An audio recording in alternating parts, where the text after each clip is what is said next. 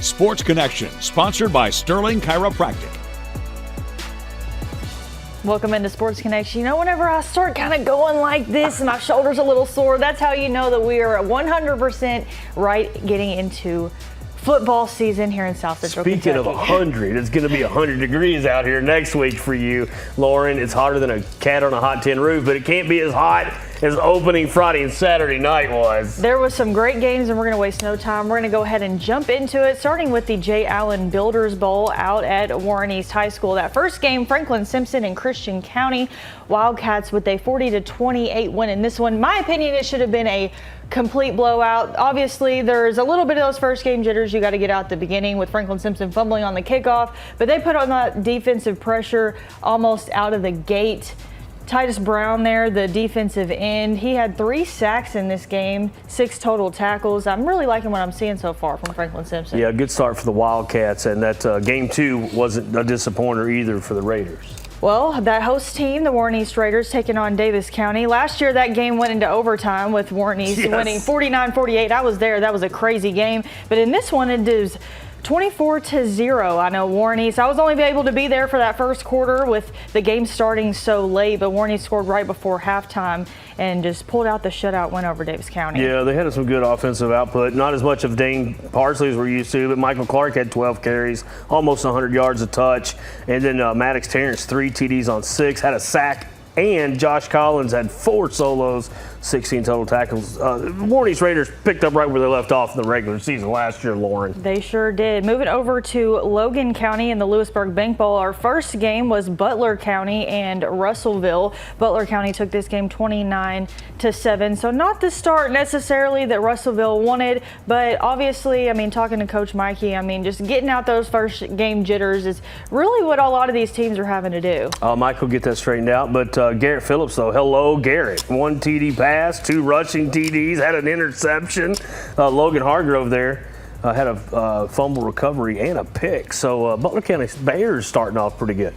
And then, of course, the host team, Logan County and Warren Central, they went at it. Logan County taking the game 57-14. Yeah, this was a lot of output on the Davin Yates side, 12 for 16, 163 yards passing, 2 TDs, rushed it for 114 on 6, and got a touchdown. He caught a touchdown. Unbelievable. The triple Lindy there. 3 quarterbacks actually threw a touchdown in this one, crazy enough. Ridge Holman being one of them there, and then you had Hunter Holloway, the 3 catches, 2 TDs and 85 yards. But Jack Delaney, Eli Hawkins, man, this Logan County Cougars team, watch out. Oh, yeah. Moving over to, we had a couple games over at ACS and bowl games. Greenwood starting out on fire, 49-14 over Hopkinsville. Yeah, without Ryan Huff, I wondered what their offense was going to look like this year. You still got Telltale. And Cam Smith looked good. Cam Smith's great. Telltale had a game for himself.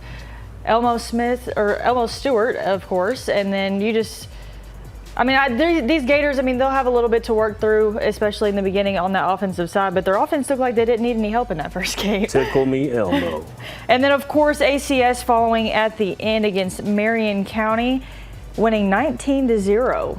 Yeah, I'll tell you what, I like that start. That's a tough place to play. They were calling it the backyard brawl. That's what Brad Hood likes to see. I think he's got a little history with Marion County, too. Great stuff. Good job for the Patriots. And then we're going to move over to Glasgow. They just had a home matchup against LaRue County, a 35-0 shutout win.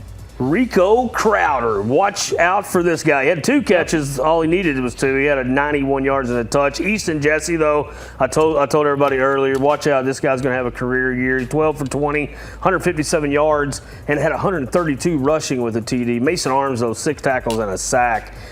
Jeff Garman's got this team in midseason form right out of the gate. He sure does. Then moving over to Edmonson County, they hosted a rivalry matchup to start their season with Grayson County. They fell just short 14-7. But we're going to talk a little bit with Zach Vincent and those Wildcats coming up later in the show. One time against Butler County, I lie unconscious on that side of the field for at least 10 minutes. Oh, goodness. And then, so those were our Friday night matchups. Then we had some really hard-hitting Saturday matchups. Woo! During the day, I took the travel over to Campbellsville, Kentucky for the Forked Bank Bowl as South Warren took on North Hardin. And let me tell you one thing, this North Hardin team, they have a quarterback that can air it out. They have a receiver that is built like a linebacker, and he is scary. But let me tell you one thing, the South Warren defense and the offense, they gave everything they could in this game. It was back and forth the entire day. South Warren would take the lead, then North Hardin would take the lead. It was back and forth till the end, and South Warren clearly just wanted it more. You were there. I was there. And I heard that Bryce Button threw 3 TDs in the first quarter. They got called back. Yes. Unfortunate. Unbelievable. What a good game, though. But he also rushed for 2 touchdowns for his own, too. Very well. There you go. That's good stuff. That's one of the Saturday beauties. What was the other one? And then to end our Saturday night, we had the big one at WKU, the Rafferty's Bowl, as Bowling Green took on Lexington Christian Academy. I mean, just to get started off in this game, Travie Barber just putting on the wheels, running it back 91 yards touchdown. I mean, just to start off the game.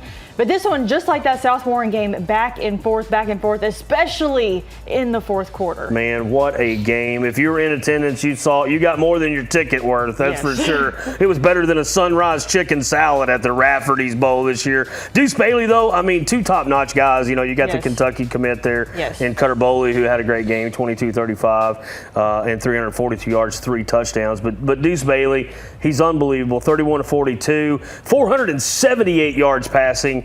Unbelievable. Had 3 wide receivers with 100-yard games or more.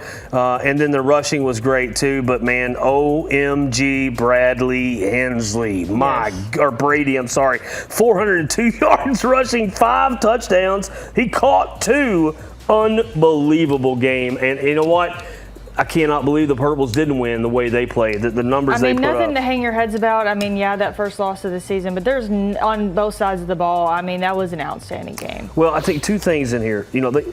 They couldn't stop the run. Obviously, they've got a D1 guy there. Right. But 458 yards rushing on 38 carries. They averaged 12 yards a rush attempt. I mean, that is hard to stop something like that. But the Purples turned right around on the offensive side of the ball and would just stayed right in it the whole way. I really thought that the Purples were going to pull it off. But what a great opener. I mean, that's like a postseason thriller here. I mean, just starting off the season with such a competitive matchup like that, you learn a lot. And that's the purpose of it. You learn a lot at the beginning, and you learn from it, and you take it into the next week. Yeah, Spader, he is notorious for making it as hard as he can on those guys. And I tell you what, it pays dividends in the postseason. And the Purples will take themselves up to my neck of the woods, and they're facing Owensboro next week, so that'll be a good matchup as well. But we're going to stick with some football to start off the show, and then we're going to switch gears and touch on some archery before we wrap things up. So we will be right back after the break. Hoot!